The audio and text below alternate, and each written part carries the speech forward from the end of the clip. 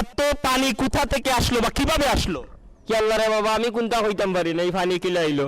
আমি রাইতে 2:30টার সময় উঠিয়া পেশাব গেছিলাম, গিয়া পেশাব করি আলগো ছুটি দিছি, সকালে উঠিয়া দেখি পানি আস্তা গাঁও বাসাইল।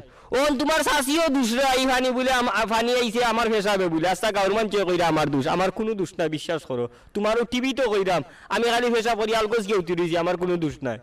প্রিয় দর্শক, আসলে চাচার দোষ না, এটা স্বাভাবিকভাবে পানি এসেছে, হয়তো আপনাকে ভুল বুঝছে সবাই। আচ্ছা চাচা, আমি আপনার কাছে জানতে চাচ্ছি যে এই বন্যা দুর্গত অবস্থায় আপনাদের দিনকাল কেমন যাচ্ছে? দিনকাল তো ফাটাফাটি যার, খুব ভালো যার। আমরা সকালে উঠি আর তো খালি পানি, আমরা খালি হাত্রীরা আমার মাছ মাররাম, মাছ বেচরাম, প্রতিদিন 50-60 হাজার টাকার মাছ বেচরাম, খুব ভালো যার। এই মাছ মনে করো এই সিজনও আমরা উপসর বাড়ি কিনতাম পারবো, ওলা বালা যার আমরা দিন। বুঝতে পারছি, আমাদের চাচা বলছেন যে ওনাদের সময় ভালো যাচ্ছে, ওনারা এমন অবস্থায় আছেন যে মাছ বিক্রি করে ওনারা শহরে বাসা নিতে পারবেন।